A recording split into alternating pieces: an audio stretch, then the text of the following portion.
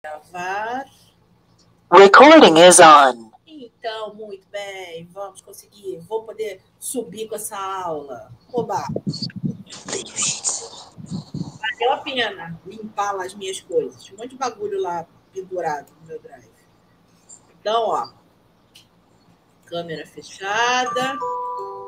Vamos compartilhar nossa tela. E vamos para a fosforilação oxidativa. Ó, na aula passada, todos me escutam, tá tudo bem? Vocês estão vendo a apresentação? Tá tudo certinho? Sim. Beleza. Então, ó, na aula passada eu mostrei esse slide para vocês, né? Quando ele aparecer. Meu computador, como sempre, lerdo. Coitado. Ainda bem que a gente vai voltar para presencial, porque eu acho que ele não ia dar conta mais, não. Ué, a gente vai voltar?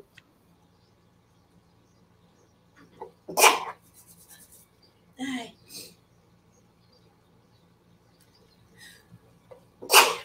Ai, desculpa, gente. Vai voltar presencial, professora? Claro que vai, no dia 7. Não sabe não. Estaremos todos no... Eu tenho que até ver aonde que eu vou dar aula para vocês. Caramba, vou ter que me preparar para voltar para a esteropédica. É. Tem que até perguntar se já está tudo certinho, se a minha sala tá... Porque, assim, a minha sala original é lá no centro cirúrgico, né? Lá no IV. Só que ela é muito pequenininha. Tudo bem que nós somos 16. Eu vou perguntar para a Andresa, mas de repente dá até para a gente ficar lá. O grande problema é que não tem janela. Mas a gente pode deixar as portas abertas, né? Ficar bem espalhado. Aí eu acho que dá. Mas não tinha condição. E eu tô. Na minha época não funcionava, professora.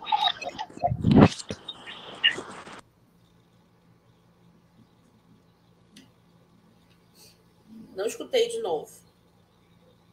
Na minha época, acho que tinha ar-condicionado, tinha alguma. Quer dizer, tem ar-condicionado, mas a gente não pode deixar a sala fechada com ar-condicionado. De qualquer jeito, eu queria que a gente fosse pro pátio, mas eu não sei se vai ter sala lá pra gente no pátio. Vou falar com a Andresa e vou falar com a Denilda. Mas é um corre do pátio até o IV, hein, professora? Pois é. Vai dificultar pra gente. Eu acho que, sinceramente, como nós somos 16 no máximo, né? Nem todo mundo vai. Eu acho que na sala do centro cirúrgico, eu acho que cabe bem a gente lá, né? Por isso que eu tenho que perguntar para a Andresa, para ver se a gente pode ir para lá. Boa ideia. Bem lembrado.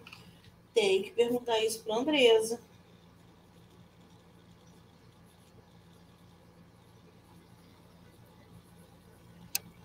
Andresa é boa resolver coisa. Vocês não estavam sabendo que a gente ia voltar, não?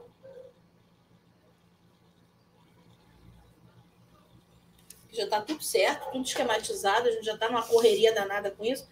Quer dizer, a gente já voltou, né? As práticas já voltaram.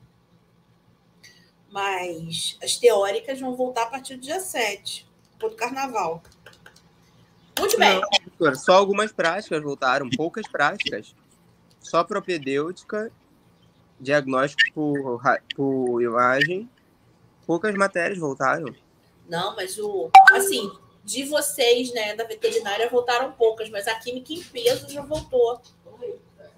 Então, assim, a gente já tá eufórico lá, dando aula prática. E aí, mas por deliberação mesmo, né, a gente volta no dia 7. E aí, Teórica. Todo mundo. Volta teórica? Teórica e prática. Ah, tá. Bom, muito bem. Então, vamos pensar aqui na nossa fosforilação oxidativa. Então, esse foi o esquema que eu mostrei para vocês na aula passada. Então, a gente tem, só para a gente refrescar a memória, A gente acabou o ciclo de Krebs. Deixa eu pegar o vermelhinho aqui.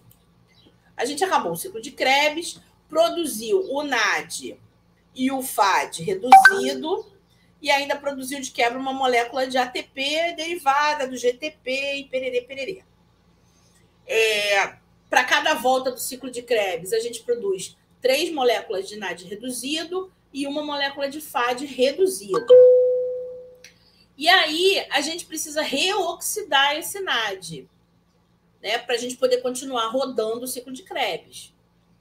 Para poder reoxidar esse NAD, a gente doa os elétrons e os hidrogênios, né, que eles estão reduzidos aqui, para 2 complexos proteicos, formados por várias proteínas ligadas numa estrutura quaternária certinha. E aí, o NAD a gente vai doar para o complexo 1, o FAD já vai ser doado para o complexo 2. Reoxidando os dois, e aí os dois vão poder voltar para o ciclo de Krebs, né? E expliquei também que, no caso, por que a gente tem essa doação desses elétrons? Porque os elétrons eles não podem ficar livres, porque senão eles podem causar danos às nossas biomoléculas, a proteínas, a DNA, porque eles têm carga negativa e eles podem se ligar às cargas positivas, né, de macromoléculas e desestruturar essas macromoléculas, perdendo a função. Então, essa passagem dos elétrons pelos complexos, né, pela cadeia respiratória, ocorre exatamente para evitar isso. Como a gente não tem uma maneira assim direta de pegar esses elétrons e colocar dentro de uma molécula, a gente tem a necessidade de passar esses elétrons por uma série de proteínas que tem essa característica, né, de segurar esses elétrons na sua estrutura sem alteração nenhuma, sem problema nenhum para essas proteínas, doar para a próxima até que a gente chega em uma molécula para juntar esses elétrons e os hidrogênios e formar uma molécula inerte. A cadeia respiratória, na verdade, ela é uma cadeia que carrega os elétrons em direção ao oxigênio. É por isso que é a respiração aeróbica e é por isso que a gente precisa de oxigênio. O oxigênio vai ser a estrutura que vai pegar por último esses elétrons. E aí, uma vez ele, oxigênio, contendo esses elétrons, ele vai ficar com um caráter negativo e vai conseguir segurar mais 2 hidrogênios, 2 prótons, 2 H+. Aí formando água. Água, molécula inerte, não vai fazer mal para ninguém. Então, aqueles elétrons que podiam ser prejudiciais à célula, passando por essa série de proteínas e indo em direção ao oxigênio para formar água, faz com que a gente não tenha dano nenhum dentro das nossas biomoléculas. É para isso que serve a cadeia respiratória, na verdade. É para evitar que esses elétrons fiquem livres, levando esses elétrons em direção ao oxigênio para a formação da água e acabar com a reatividade desses elétrons. Aí esses gente está perguntando assim, porra, mas a professora está falando isso, mas e o ATP? A gente não está aqui para produzir ATP? A consequência do transporte desses elétrons através dos complexos é a geração de ATP, que a gente vai ver agora como é que isso vai funcionar. Um pouquinho antes eu vou explicar para vocês o que são esses aceptores de elétrons que a gente tem dentro dos complexos. Vamos começar aqui. Aqui uma outra visão, né? Aqui mais detalhada dos complexos. Então, a gente tem o espaço entre membranas, que está aqui, a membrana interna, que está aqui, e a matriz, que está aqui. Matriz mitocondrial. Os complexos, e aí aqui, na verdade, a gente tem, sendo mostrado, só 3 complexos, o 1, o 3 e o 4, porque aqui é uma explicação sobre o hidrogênio, que eu já vou explicar para vocês porque a importância do hidrogênio.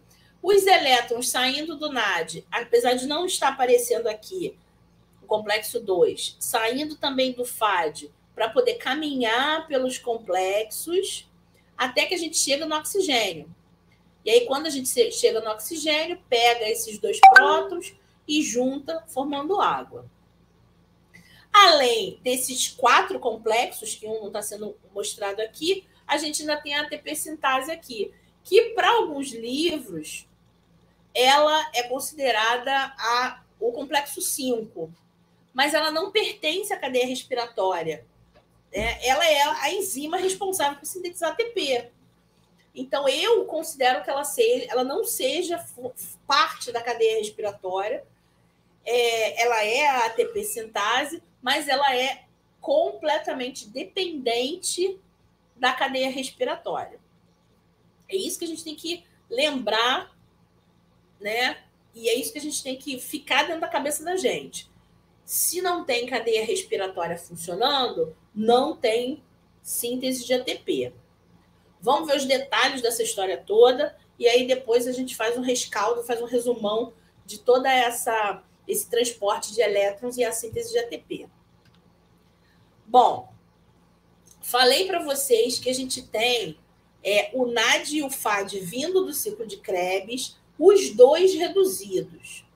Então, tem que ficar claro na cabeça de vocês o que é uma molécula reduzida e o que é uma molécula oxidada. A gente tem uma série, na geração de energia, na verdade, a gente tem uma série de reações de redox, como a gente chama, que são exatamente essas reações de troca de elétrons. Dentro da bioquímica, quer dizer, dentro da química, isso é bem característico. Redox são reações em que ocorrem a troca de elétrons, né? Então, aquele agente que contém os elétrons, que está aqui, ó, é o agente redutor. Aquele agente que vai receber os elétrons é o agente oxidante, né? Na hora que ocorre a reação, a gente fica com uma molécula, aquele que era o agente redutor, ele se oxida, aquele que era o agente oxidante, ele se reduz, porque ele recebe os elétrons. Dentro da bioquímica, as coisas vão um pouquinho mais além. Existem aquelas reações de redox que é só transferência de elétrons mesmo, e mais nada. Só que a maioria das nossas reações, além do elétron, a gente precisa de um próton junto com esse elétron. Uma carga negativa e uma carga positiva. Então, no nosso caso, no caso aqui da bioquímica, quando a gente fala de redox, né, de reação redox, geralmente o composto que vai se reduzir não recebe só elétrons, mas ele recebe hidrogênio.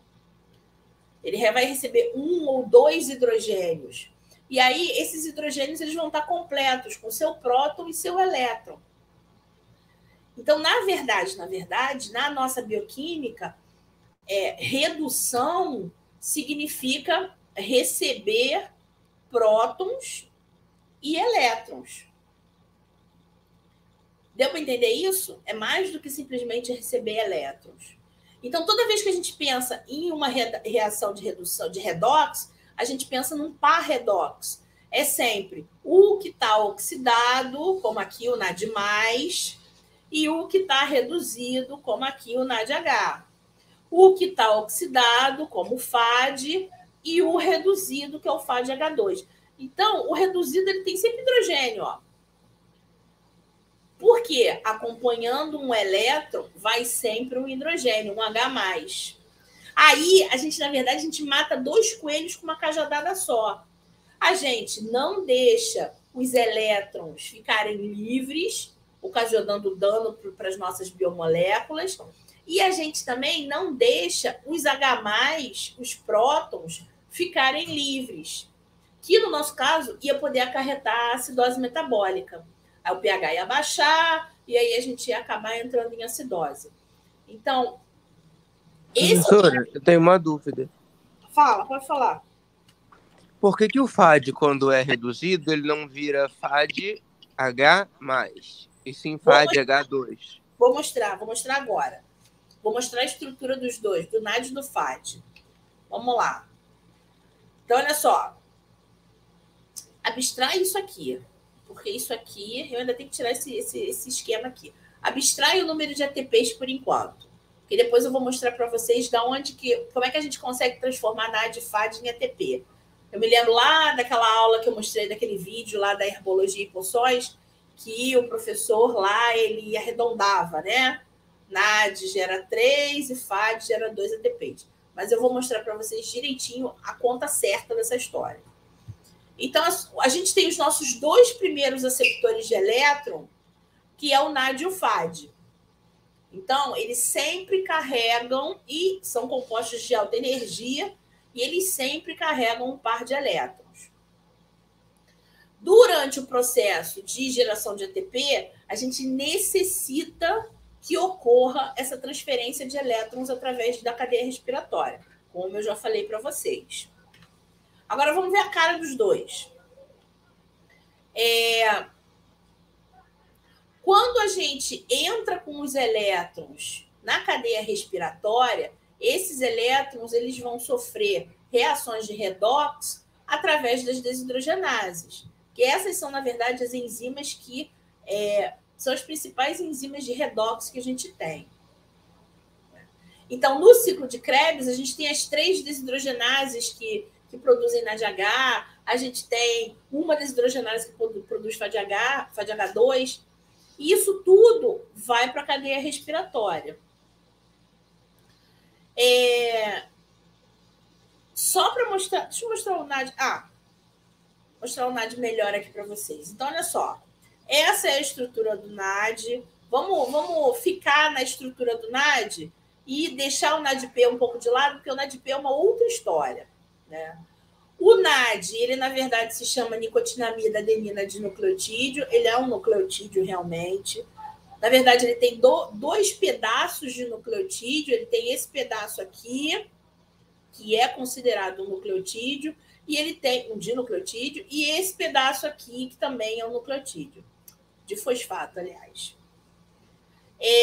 Só que o local onde essa molécula recebe os elétrons é só esse pedacinho aqui. É o pedacinho da nicotinamida, que vem derivada de uma vitamina que a gente chama de niacina. Então, para a gente poder sintetizar o NAD, a gente precisa dessa vitamina específica do complexo B, a niacina, e aí ela passa a nicotinamida, e aí a gente consegue ligar num açúcar, e esse açúcar a um fosfato, a 2 fosfatos, a outro açúcar e a uma base nitrogenada. É aqui que vai ocorrer a troca de elétrons, a entrada do elétron para gerar o NADH mais H+, e depois a saída desses elétrons para gerar NAD+. E é aqui que está acontecendo isso, ó. Mostrando só o anelzinho de nicotinamida, tá aqui, ó. Esse nitrogênio aqui, ele tem um caráter positivo dentro do anel.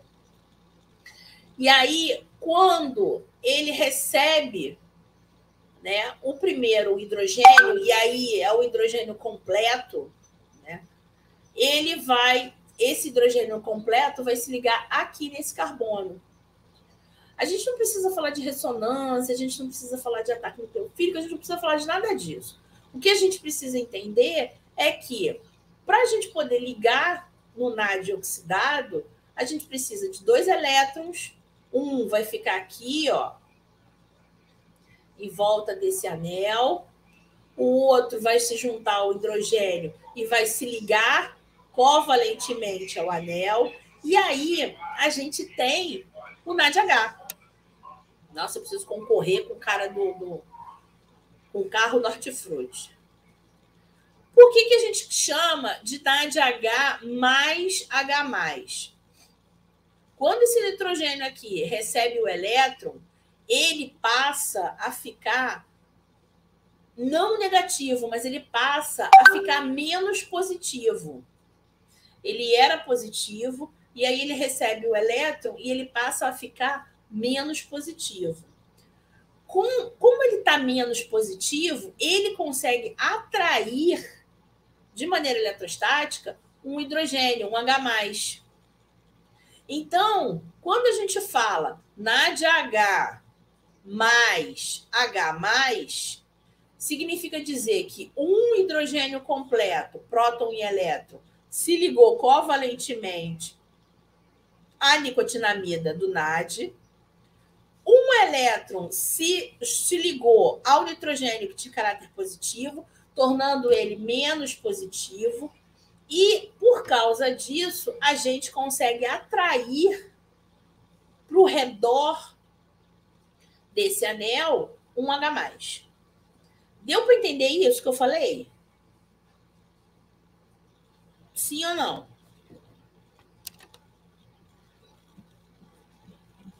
Por isso que a gente chama ele de NADH, esse H aqui, mais H+, que é aquele que fica em volta aqui do nitrogênio. Se a gente for olhar o FAD, aqui, ó. Não, aqui é o FMN. Não. Se a gente for olhar o FAD, o que a gente tem? Esse aqui é o FAD oxidado, esse aqui é o FAD reduzido. O FAD e o seu primo irmão FMN, que também está presente na cadeia respiratória, eles são um pouquinho diferentes um do outro, né? O FMN é uma flavina mononucleotídeo, porque na verdade ela só tem esse pedacinho aqui. E o FAD ele é uma flavina dinucleotídeo. Da mesma maneira que o NAD, aquele pedaço de nicotinamida vem da niacina, do FAD, a flavina, esse pedaço de flavina, vem da riboflavina. Então, a gente tem, na verdade, uma outra vitamina do complexo B compondo essa estrutura, né? Do FAD, por exemplo. Mas pode falar. Um pouco. Tá picotando um pouco. Tá picotando? Ai, tá picotando. A minha internet ela não tá muito legal. Para todo mundo tá picotando? Para mim tá não, professora. Tá normal. Tá normal?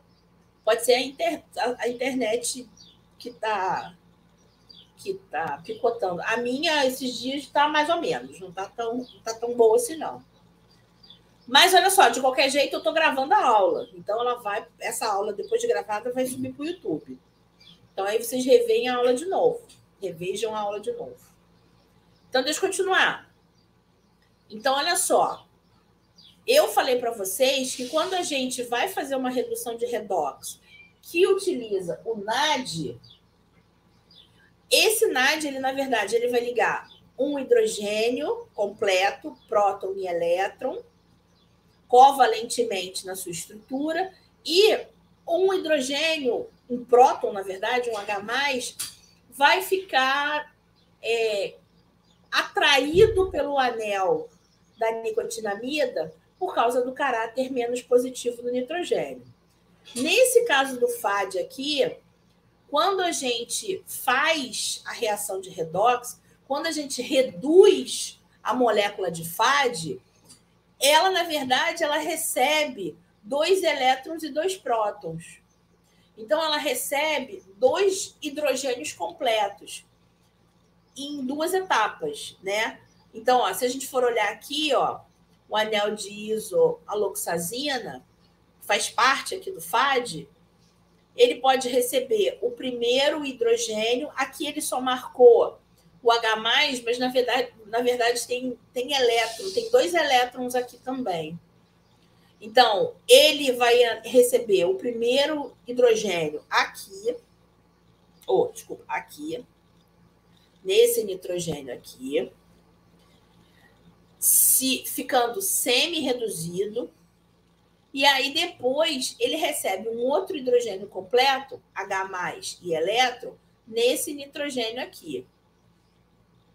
Então, ele fica, na verdade, o FAD, com 2 hidrogênios ligados covalentemente à sua estrutura.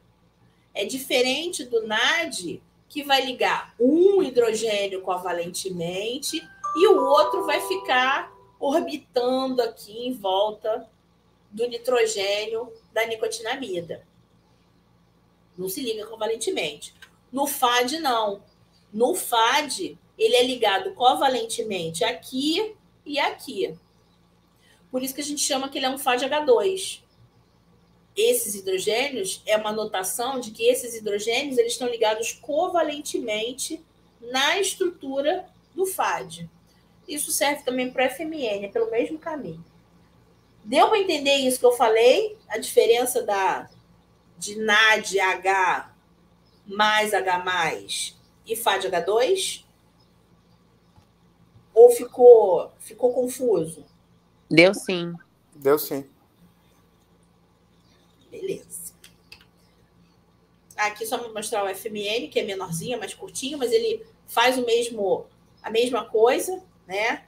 Então, aqui, ó, aqui ele representou o elétron e o hidrogênio, né? Então, ligou aqui, ó. Aqui ele está de cabeça para baixo. E o elétron e o hidrogênio ligou aqui também. Ficando FMNH2 também, covalentemente ligado. Mas, olha só, além do NAD e do FAD, né, que na verdade são os pares redox, compondo a cadeia respiratória, a gente também tem outras moléculas que são consideradas como aceptores de elétrons, né? Eles têm muita facilidade de segurar esses elétrons e os hidrogênios e muita facilidade de doar esses elétrons para uma outra estrutura. Um outro aceptor de elétron que existe na cadeia respiratória é o que a gente chama de coenzima Q, ou ubiquinona, que é essa estrutura aqui, ó. E a ubiquinona, ela é uma estrutura legal porque ela não faz parte, na verdade, dos complexos proteicos da cadeia respiratória. A ubiquinona, ela é um carreador que a gente chama um carreador móvel. Por que ele é um carreador móvel? Porque ele tem um caráter apolar. Então, ela consegue interagir com os lipídios de membrana, levando os elétrons de um complexo proteico para o outro. Se a gente for olhar aqui, ó, os complexos, eles têm um espaço entre eles. Então, esse aqui é o complexo 1, esse aqui é o complexo 3. Eles não estão grudados um no outro. Então, tem-se a necessidade de alguma coisa que carregue os elétrons de um complexo para o outro. E essa alguma coisa, no caso, é a ubiquinona. A ubiquinona, então, ela vai sair do complexo 1, carregando os elétrons que vieram do NAD, e vai em direção ao complexo 3, para poder doar esses elétrons, esses hidrogênios, para o complexo 3, para continuar o transporte de elétrons e, consequentemente, ajudar lá na síntese de ATP. Então, a ubiquinona é o nosso carreador móvel. E ela, do mesmo jeito que o FAD, ela recebe, na sua estrutura, 2 hidrogênios completos, como eu falo, que significa um próton e um elétron. Então, ó, a ubiquinona aqui está completamente oxidada, ó, os oxigênios eles estão aqui livres. Ela se reduz a primeira vez, formando um radical semiquinona, com um hidrogênio aqui, ó. E ela se reduz a segunda vez, e aí agora ela está completamente reduzida, quando ela recebe um hidrogênio, um elétron, mais um, né? Ficando na forma de ubiquinol. Então, esse composto aqui é aquele que vai sair do complexo 1 e ir em direção ao complexo 3. Só lembrando, quando a ubiquinona está nessa forma oxidada aqui, ela tem uma afinidade muito grande pelo complexo 1. Então, ela se liga ao complexo 1 e ela fica ligada ali. A partir do momento em que ela se reduz, que ela passa de ubiquinona para ubiquinol, ela perde a afinidade pelo complexo 1 e ganha a afinidade pelo complexo 3. Então, ela é meio que atraída pelo complexo 3 para poder se ligar nas proteínas do complexo 3 e liberar os elétrons e os hidrogênios que ela está transportando. Aí ela se reoxida, vira ubiquinona e perde afinidade pelo complexo 3, voltando para o complexo 1. E ela fica nesse vai e vem o tempo todo. Isso acontece também para o complexo 2. A ubiquinona ela também é um aceptor de elétrons via complexo 2, via FAD reduzido. Então, aqueles elétrons do FAD, eles passam pelo complexo 2 e vão em direção à ubiquinona, que, do mesmo jeito, quando ela está oxidada, ela tem afinidade pelo complexo 2. Quando ela está reduzida, ela tem afinidade pelo complexo 3. Foi a explicação da ubiquinona? Aham. Professora, essa ubiquinona, ela é anfifílica, é? Ela, na verdade, ela vira anfifílica quando ela está reduzida. Mas ela, na verdade, nessa forma aqui, ela é totalmente apolar. Não tem onde colocar carga nela, não. E fica mergulhadinha lá na membrana, bonitinha. Aqui não. Aqui, se a gente botar ela em contato com água, que não é o caso, porque ela está na membrana, né? Mas se a gente botar ela em contato com a água, esse hidrogênio vai embora, esse hidrogênio vai embora. E ficam os dois oxigênios negativos. Então, ela fica uma molécula anfipática, né? Anfifílica. Bom, a gente tem mais aceptores. Além do NAD, além do FAD, além da ubiquinona, a gente ainda tem o que a gente chama de M. Vocês conhecem o M? Vocês conhecem o M da bioquímica 1? Dentro das estruturas, dentro dos complexos proteicos, a gente tem algumas proteínas que possuem M na sua estrutura, como o grupo prostético. E aí, essas proteínas que possuem esse M, como a gente chama de citocromos, o nome das proteínas, né? Então, a gente tem vários citocromos fazendo parte dos complexos proteicos da cadeia respiratória. E mesmo esses citocromos, eles possuem algumas diferençazinhas em relação ao seu grupo prostético, em relação ao M. Então, aqui a gente tem o citocromo A, o citocromo B e o citocromo C. Qual é a diferença de um para o outro?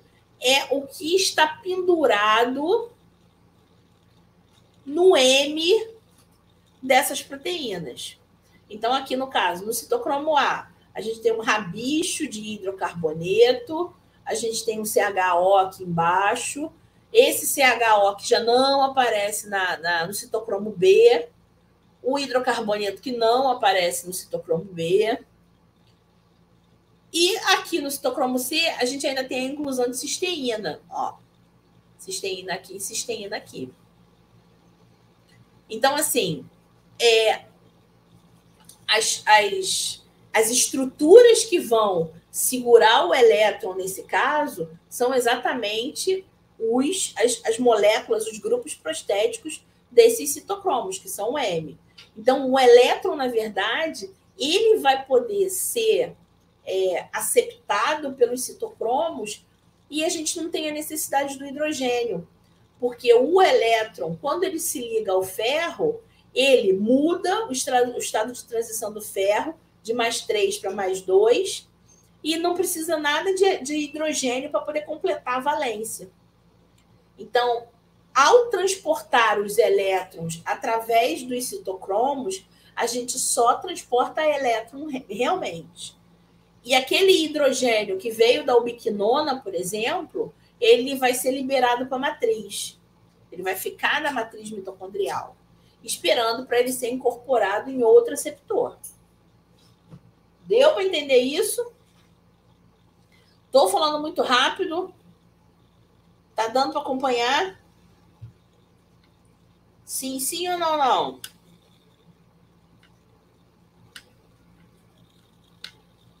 Bom, ninguém fala nada, então eu vou continuar. Bom, e uma outra, na verdade, a penúltima, né? O penúltimo grupo de proteínas que são aceptores de elétrons também, junto com NAD, com FAD, com ubiquinona, com os citocromos, são os que chamam de proteínas ferro e enxofre. O que são essas proteínas ferro e enxofre? Elas são proteínas que possuem ferro na sua composição, mas esse ferro ele não está dentro de uma estrutura em forma de M. Ele, na verdade, ele fica coordenado com enxofres de cisteína, independente do número, aqui tem 4, aqui são 6, aqui tem um monte. Mas esses ferros, esses átomos de ferro, eles ficam inseridos no interior da proteína, coordenado, ligado ao enxofre de cisteínas dessas proteínas. Então, essas proteínas, muito provavelmente, elas têm muito enxofre na sua estrutura, e esse enxofre é que vai ligar o ferro. Do mesmo jeito que lá, no caso do citocromo, que o elétron ele vai ser transportado sem a necessidade do hidrogênio, aqui, nas proteínas ferro e enxofre, também o elétron vai entrar aqui, diminuir a carga do ferro, de +3 para +2. Eu não lembro se é de ferroso para férrico ou de férrico para ferroso. Eu acho que é de ferroso para férrico. E aí ele pode passar esses elétrons para uma outra proteína, né? Sem a necessidade de hidrogênio nesse caso. Então, vamos lá. Então, olha só. A gente já sabe que existem vários aceptores de elétrons, pelo menos uns 5 ou uns 6 aceptores de elétrons diferentes, que esses aceptores de elétron, eles, dentro da cadeia respiratória, eles estão inseridos na proteína, fazendo parte dessa proteína. E aí, por isso a gente tem os citocromos com o M, as proteínas ferro e enxofre, com o ferro, coordenado com os enxofres. Existe também a própria succinato desidrogenase, que está no complexo 2, que ela possui o FAD como um grupo prostético. Então, são todas proteínas que possuem algum tipo de porção dessas proteínas que consegue segurar o elétron e o hidrogênio e depois liberar para outro lugar. Tá? Se a gente for olhar a estrutura, os componentes da cadeia respiratória, a gente, na verdade, tem os 4 complexos proteicos, complexo 1, complexo 2, complexo 3 e complexo 4, e a gente tem os aceptores. Os aceptores que vêm do ciclo de Krebs, que é o NAD e o FAD, que está aqui, no complexo 2, e os 2 carreadores móveis que a gente tem na cadeia respiratória, que é a ubiquinona, que está aqui, ó. Ela está no interior da membrana, como a gente pode ver, e que leva os elétrons do complexo 1 para o complexo 3 ou do complexo 2 para o complexo 3. Falei porque ou ela carrega só elétrons do complexo 1 para o 3, ou ela carrega só elétrons do complexo 2 para o 3. Não tem mistura de pega um elétron de um e pega um elétron de outro. Uma vez que a gente chega no complexo 3, a gente tem que passar esses elétrons para o complexo 4. Quem faz essa passagem de complexo 3 para complexo 4 é uma proteína que a gente chama de citocromo C. Então, se ela é um citocromo, ela possui um ferro ligado na sua estrutura dentro de um M, dentro de um grupo prostético que a gente conhece como M. Tá? Não precisa de hidrogênio, porque o M tem ferro, e esse ferro ele transporta elétrons, ele não transporta hidrogênios. E aí, quando a gente libera o elétron para o citocromo C, aquele hidrogênio original ele volta para a matriz mitocondrial. Muito bem. E aí, o citocromo C, ele carrega os elétrons do citocromo do complexo 3 para o complexo 4. No complexo 4, a gente não tem mais lugar nenhum para mandar esses elétrons. O único lugar que a gente tem para mandar esses elétrons é para a estrutura do oxigênio. E é isso que o complexo 4 faz. Ele pega e insere na molécula de oxigênio 2 elétrons. E aí, ao inserir essas 2 moléculas de oxigênio com 2 elétrons, ele faz com que 2 prótons se liguem a esse oxigênio, que na verdade agora ele está como um radical, né? Um radical livre. Então, esses hidrogênios eles vão se ligar ao oxigênio e formar água tranquilamente. O que a gente chama de água metabólica, que é a água produzida pelo nosso metabolismo, que está aqui, lá no finalzinho da cadeia respiratória. A água não faz mal para ninguém, a água não é prejudicial para ninguém, a água ela pode ficar numa boa dentro da célula, ou se ela quiser ir lá para fora da célula, ela também pode, não tem problema nenhum. Mas o que interessa é que a gente transformou um componente que poderia ser danoso à célula, que são os elétrons e mesmo os prótons, e transformou esse componente danoso num componente inerte, que não faz nada, que é a água. Agora, se a gente for olhar os detalhes, a gente pode ver que os complexos eles são formados por proteínas diferentes. Em forma, em estrutura e em número de proteínas. Então, enquanto a gente tem o complexo 1, que é o maior complexo da cadeia respiratória, com 46 proteínas, esse complexo 1 ele é chamado de NADH desidrogenase. Por que será que ele é chamado de NADH desidrogenase? Porque a primeira enzima que ele recebe, né, os elétrons, é uma desidrogenase.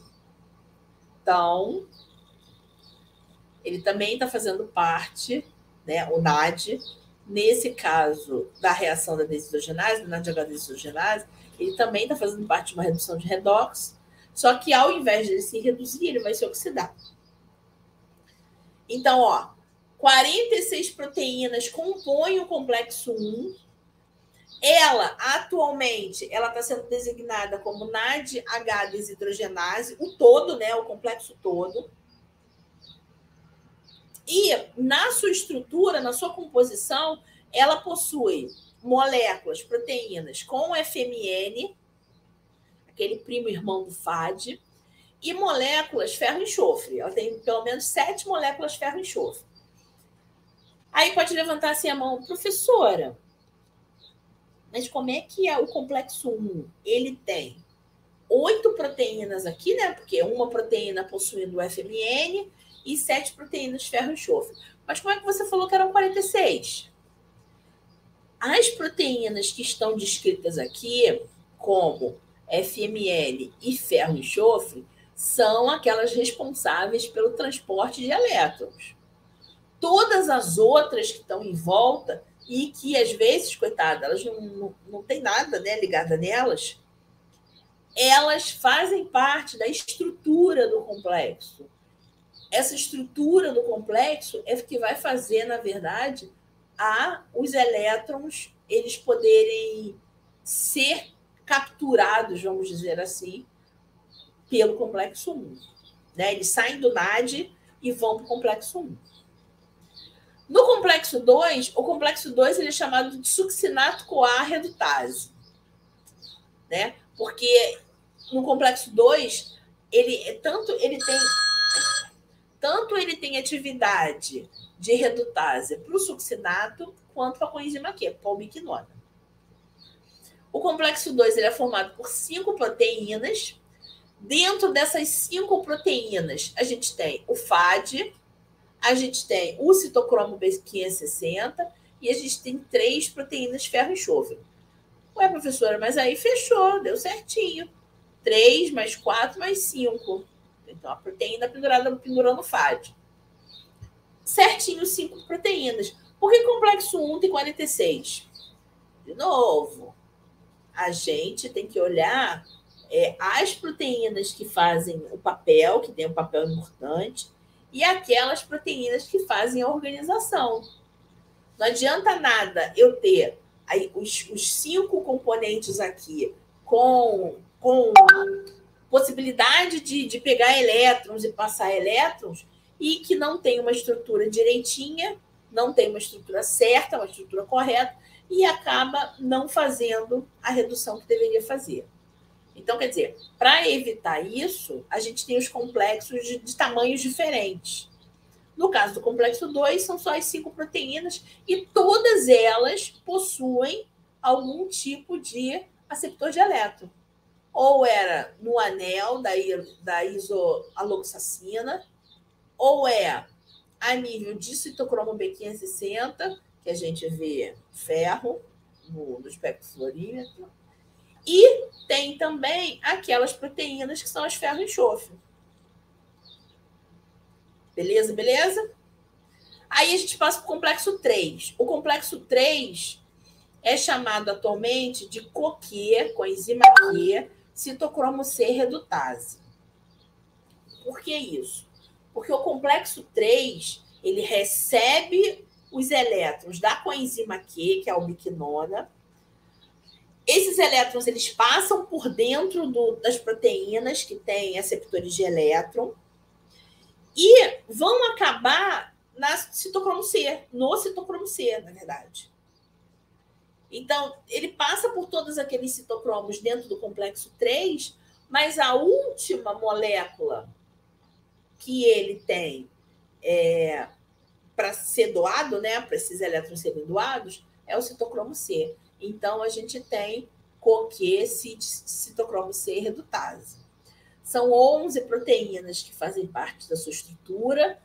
Dentre essas proteínas, a gente tem 2 tipos de citocromo B, BH e BL. A gente tem um tipo de citocromo C, que é o C1, e a gente tem um tipo de ferro e enxofre. Então, aqui a gente tem 4 proteínas, mas a gente tem 11 proteínas no total. Vai pelo mesmo raciocínio do complexo 1. E, por último, a gente tem um complexo 4, que se chama citocromo oxidase, que tem cerca de 13 proteínas dispostas assim em um formato ideal, né? E dentro dessas proteínas, dentro desse complexo, existem aquelas proteínas que são aceptoras ou carreadoras de elétron. No caso do complexo 4, a gente tem 2 tipos de citocromo A e a gente tem 2 tipos de proteína de cobre, que eu não falei para vocês, mas existem também, só no complexo 4 eles descobriram até hoje.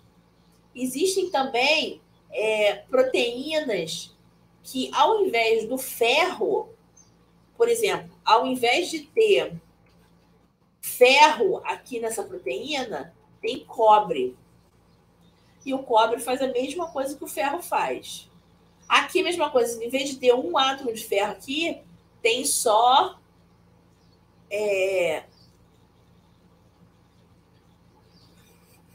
esqueci a palavra. Tem só um cobre. Lembrei da palavra. Tem só um cobre aqui. E aqui a gente tem essa estrutura, só que ao invés de ter ferro, tem cobre. Essas são as proteínas de cobre que a gente chama. E a gente tem a cobre A e a cobre B. Cobre o A e cobre o B. Agora vamos olhar isso mais de pertinho. O que acontece por dentro do complexo quando a gente está fazendo essa passagem de elétrons? Então, a gente tem aqui o complexo 1. O complexo 1, ele vai de NADH a ubiquinona. Então, começando no NADH e terminando na ubiquinona que está aqui, ó. Que ela está sendo representada no interior do complexo. Mas, na verdade, ela não está no interior. Ela está ligadinha naquele complexo, mas não na sua porção interior, mas na periferia da proteína. Então, ó, é NAD-ubiquinona, porque vai de NAD a ubiquinona. Só que o NAD, ele entrega os seus elétrons primeiro para uma proteína que contém FMN, como grupo prostético. Depois dessa proteína entrega para uma proteína ferro e enxofre. Então, olha só, quando o NAD entregou os seus 2 elétrons para a proteína que contém FMN, o que aconteceu? Ele teve que arranjar 2 prótons para poder completar a valência dele, a valência dela, da proteína. Esses 2 prótons estavam aonde? Esses 2 prótons estavam na membrana mitocondrial. Desculpa, na matriz mitocondrial. Porque a matriz ela é muito rica em H+. Então, completou o FMN, esse FMN passa para a proteína ferro e enxofre, que passa para a ubiquinona. Passa por uma proteína que tem nitrogênio, a N-2, mas essa não é tão importante. As importantes são essas aqui. E aí, essa proteína ferro e enxofre, ela doa os elétrons para a ubiquinona. Só que, para poder completar a ubiquinona, a gente precisa dos hidrogênios. E os hidrogênios estão aqui. Os 2H+, vão se ligar à ubiquinona, que já está já com os elétrons, e vão virar QH2. Só uma particularidade, que eu quero que depois você se lembre, porque eu vou perguntar. O complexo 1, ele é uma bomba de próton. É só isso que eu preciso falar para vocês. Então, aqui está representando a passagem de prótons pelo complexo 1, ele é uma bomba de próton também. No caso do complexo 2, o complexo 2 ele é a succinato à ubiquinona. Então, ele tem a succinato desidrogenase, aqui, ó, compondo, fazendo parte do complexo 2, reduz o FAD, e aí a gente vai pelo mesmo processo. Os elétrons do FAD vão passar para uma proteína, pode ser uma ferro enxofre, vai passar para outra proteína, até que se encontra com o ferro. E aí, esses elétrons que estavam passando de proteína para proteína, eles acabam liberando aqueles hidrogênios que não fazem nada para eles, e aí ele se une ao ferro, tornando, de novo, era ferro +3, vira ferro +2. Uma vez que isso acontece, esse ferro aqui, né, que pode ser de uma proteína ferro-enxofre, com certeza pode ser uma proteína ferro-enxofre, ela doa esses elétrons para a ubiquinona. Só que a ubiquinona não consegue carregar os elétrons sozinho, então ela capta um hidrogênio daqui do meio ambiente, da matriz mitocondrial. Deixa eu perguntar uma coisa. Vocês estão entendendo tudo que eu estou falando? Ninguém me interrompeu, ninguém falou nada. Tá tudo certinho aí? Eu acho que mais ou menos. Porque, na verdade, o que eu estou fazendo é só descrever o caminho dos elétrons. Eu ainda não descrevi o porquê desse caminho todo. E vou descrever assim que eu terminar. Bom, então, tanto os elétrons do complexo 1 quanto os elétrons do complexo 2, né, acabam na ubiquinona, né? Então, um vai do NAD reduzido para a ubiquinona, para reduzir a ubiquinona no complexo 1, e no segundo vai do FAD reduzido, da succinato desidrogenase, para a ubiquinona. Aí, a ubiquinona reduzida não tem afinidade por esses dois complexos, nem pelo 1 e nem pelo 2. Vai em direção ao 3. O 3, o complexo 3, ele vai o quê? Dos elétrons que são recebidos através da ubiquinona até o citocromo C. E o citocromo C, ele está ligado numa outra porção do complexo 3. Aí, tudo de novo. A ubiquinona, ela doa os elétrons para uma proteína que na verdade é um citocromo, que tem M, Então, vai passando de um citocromo para o outro. Então, passa pelo citocromo 1, passa pelo citocromo BL, passa pelo citocromo BH. Aí, quando chega no BH, não tem mais citocromo, a gente passa para uma proteína ferro-enxofre. Quando essa proteína ferro-enxofre recebe, né, essa proteína está ligadinha com o citocromo C. Então, de novo, o citocromo C é uma proteína que ela, na verdade, ela não está mergulhada na membrana mitocondrial. Ela está encostada nessa membrana interna, mas do lado do espaço entre membranas. O citocromo C, ele caminha assim, ó, por cima da cabeça de fosfolipídios, quando ele está reduzido. Ele não chega a mergulhar na membrana como a ubiquinona faz. Então, uma vez que essas proteínas ferro-enxofre, elas doam os elétrons para o citocromo C, e aí, de novo, os elétrons que estavam aqui já estavam sozinhos, sem nenhum hidrogênio. Os elétrons que vão para o citocromo C também vão pelo mesmo esquema. E como é o M é ferro, e esse ferro ele recebe os elétrons sem a necessidade de hidrogênio. E aí, esse citocromo C, como ele está reduzido agora, ele perde afinidade pelo complexo 3 e vai em direção ao complexo 4.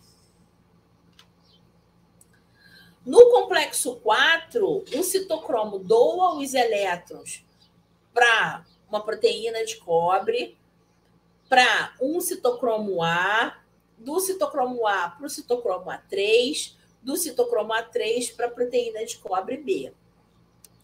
E essa proteína de cobre é que vai fazer a doação, né, que vai servir como enzima, para que o oxigênio receba esses elétrons e, consequentemente, a gente precisa dos 4 substratos, dos 4H+. Então, a gente precisa aqui de 2 oxigênios e a gente precisa de 4 das gatas, né? Das gatas, ó. Eu falando de gato, pensei em cadeia transportadora de elétron de gato, ó. Então, aí, perdi o fio da meada, fui pensar em gato, metabolismo de gato, perdi o fio da meada, foi mal. Então, aí, quando a gente pega esses elétrons que estão aqui nessa proteína de cobre, essa proteína de cobre, ela doa diretamente para o oxigênio. E aí, quando ela doa diretamente para o oxigênio fica negativo, ele consegue segurar esses hidrogênios, esses H+, que estão dispersos na matriz de novo. Agora, olha só, eu falei toda a história da cadeia transportadora de elétrons. Toda. Do início ao fim. Do NAD e do FAD até a água. Formamos água.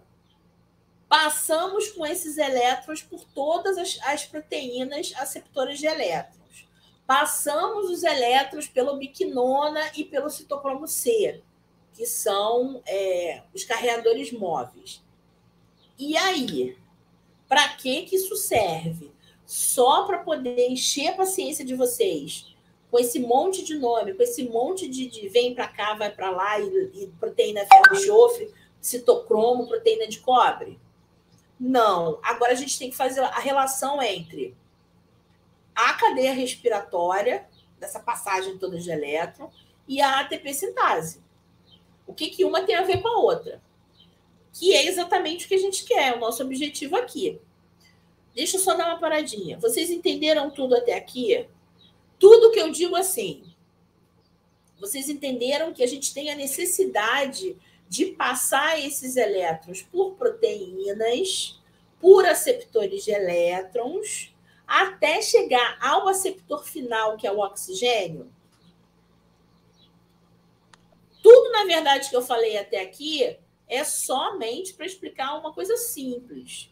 Apesar de eu ter falado muito nome, de eu ter falado muito aceptor, mas é uma coisa relativamente simples de estudar o papel da cadeia respiratória na síntese de ATP. Vocês entenderam até aqui o que eu falei? Digam para mim.